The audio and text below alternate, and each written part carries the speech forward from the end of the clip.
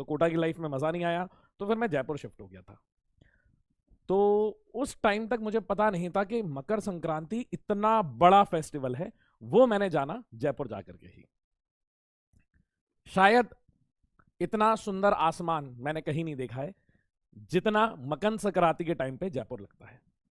मतलब उस दिन आप सुबह से लेकर के रात तक आप जयपुर के बस आसमान को देखते रहो।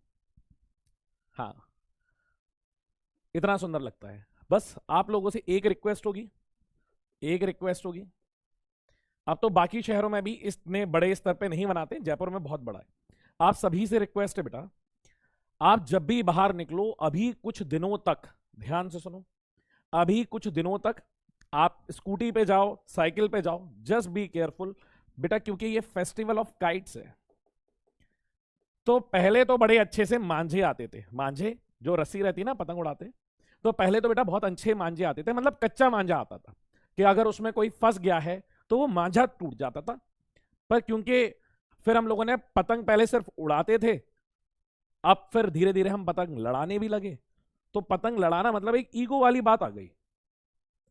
और यहीं पे बेटा एक मांझे की एंट्री होती है, जहां पे गवर्नमेंट ने तो बैन कर रखा है, पर किसी ना किसी तरीके से लोग बाग उसको अरेंज कर लेते हैं, जिसका नाम है चाइनीज मांझा। किसी ने सुना है?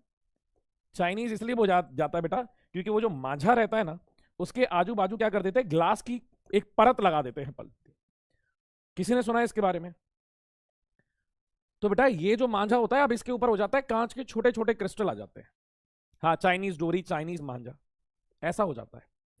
अब आप साइकिल पे जा रहे हैं, जैसे मान लो त्योहार खत्म हो गया, उसके बाद क्या होता है बेटा, ये मांझा जो है ना, ये बहुत सारी चिड़ियाओं को मार देता है, बहुत सारे जानवरों के गले में फंस जाता है।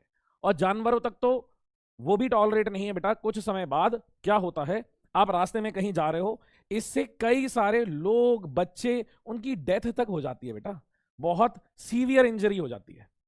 तो आप सबसे पहले तो मैं आप सभी बच्चों से यही रिक्वेस्ट करूंगा कि प्लीज ऐसा कोई भी मांझा मत लो। त्योहार है पतंग उड़ाने का, आराम से उड़ाओ अपने देसी मांझे के साथ। पहला तो मैं यही कहना चाहूंगा आप सभी बच्चों को। दूसरा बेटा मैं ये कहना चाहूंगा कि अभी कुछ दिनों तक आप क्या करना, ऐसे अपने पेरेंट्स को भी समझाना। कई बार ये होता है ना कि अपने पेरेंट्स भी बहुत फैंटम बन जाते, सुनते नहीं है। तो जैसे ही आप मान लो ये आपकी स्कूटी है बेटा, ये आपकी स्कूटी है, थोड़ी काम चलाऊ स्कूटी बना रहा हूं, एडजस्ट कर लेना, ठीक है। ये आपकी स्कूटी है, ये आपका हैंडल है, यहां पे आप बैठे हुए हो, ये आपकी स्कूटी है बढ़िया सी। तो बेटा इस स्कूटी के आगे आपने देखा होगा एक मेटालिक ऐसे रॉड आ जाती है, ऐसी मेटालिक रॉड। घर वालों को जबरदस्ती दिलवाओ, घर वाले ना भी माने ना, उनसे कहो नहीं आप लगवाओगे पापा, आप लगवाओगे, लगवाओगे, जिद करवा के लगवाओ बेटा, it's for your own safety.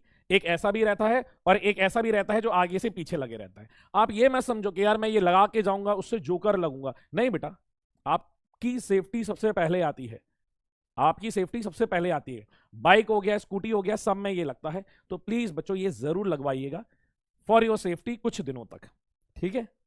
अभी आप देखना, अभी लोग बाग कई, चलो आपके माध्यम से वो चीजें पहुंच जाती है बेटा, ठीक है। थोड़ा इसको नॉर्मल बनाना और आप थोड़ा सेफ रहना, ठीक है, ये बहुत ज्यादा जरूरी है। मोटरसाइकिल पे भी आता है बेटा, हर किसी के लिए भी आता है, मोटरसाइकिल, साइकिल, बाइक सबके लिए आता है।